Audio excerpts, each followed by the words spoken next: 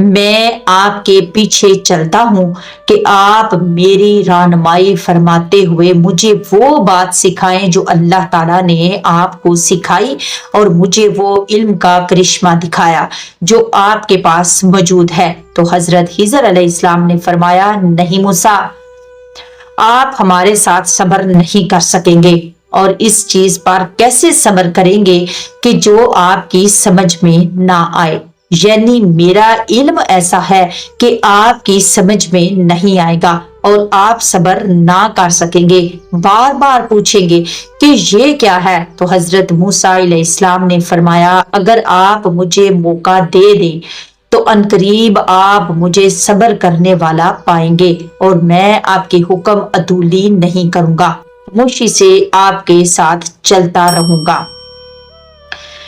حضرت خضر علیہ السلام نے فرمایا کہ اگر میری پیروی کرنا ہی چاہتے ہو تو جب تک کوئی بات میں خود بیان نہ کروں تو آپ مجھ سے مت پوچھیے گا۔ تو پھر موسیٰ علیہ السلام اور حضرت خضر علیہ السلام دونوں ساحل کی طرف چل رہے تھے کہ ایک کشتی ان کے پاس سے گزری۔ انہوں نے کہا، ہمیں بھی سوار کر لو۔ تو انہوں نے حضرت خضر علیہ السلام کو پہچان لیا اور پھر بغیر کرائے کے دونوں کو بٹھا لیا۔ حضرت خضر علیہ السلام نے اس کشتی کا تختہ اکھاڑ دیا۔ اب حضرت موسیٰ علیہ السلام فوراً بول پڑے کہ آپ نے تو کشتی کو توڑ دیا تاکہ اس کشتی والے غرق ہو جائیں، تو آپ نے تو بڑا عجیب کام کیا ہے۔ تو حضرت خضر علیہ السلام نے فرمایا، اے موسیٰ، کیا میں نے تمہیں نہیں کہا تھا کہ تم میرے ساتھ رہ کر خاموش نہیں رہ سکو گے؟ تو حضرت موسیٰ علیہ السلام نے فرمایا کہ وہ جو بات میں بھول گیا، آپ اس پر میرا موازنہ نہ کریں اور مجھے تنگی میں نہ ڈالیں، میں نے بھول کر آپ سے سوال کر لیا ہے۔ پھر وہ کشتی پر سے اتر کر ابھی ساحل پر چل ہی رہے تھے کہ معصوم سا بچہ دوسرے بچوں کے ساتھ کھیل رہا تھا۔